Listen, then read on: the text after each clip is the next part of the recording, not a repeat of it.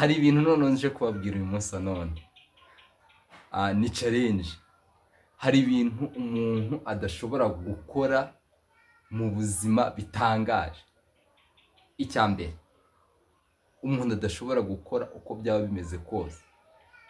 Umuntu ntashobora gukoza ururimi rwiwe ku nkokora.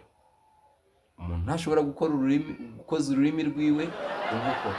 Icya kabiri, umuntu ntashobora kureba amatwi ye, Oh my God. adakoresheje miruwari. Akoresheje amaso ye ntashobora kureba amatwi ye. Icyanyuma gitangaje, umuntu ntashobora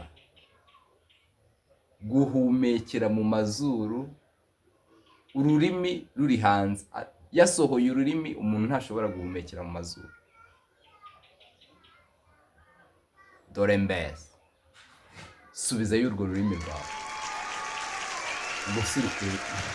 Uri guseka?